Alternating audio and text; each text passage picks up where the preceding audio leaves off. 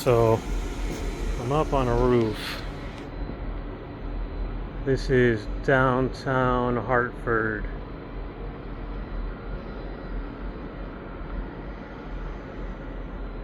And that gold dome way over there, that's the Capitol building, I believe. Oh, anyways, we're up here. I guess there's a pressure issue with one of these, and they want me to check what's going on in there. Now here's the cool thing.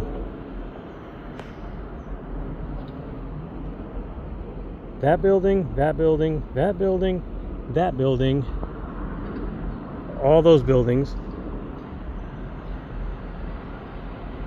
and all of these buildings we take care of, except for that little greenhouse. We don't do that one. So yeah,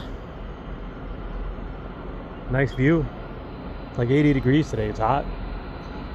So I mentioned in a video previously, I replaced this one. I replaced that one. It was the first job I ever did for these guys.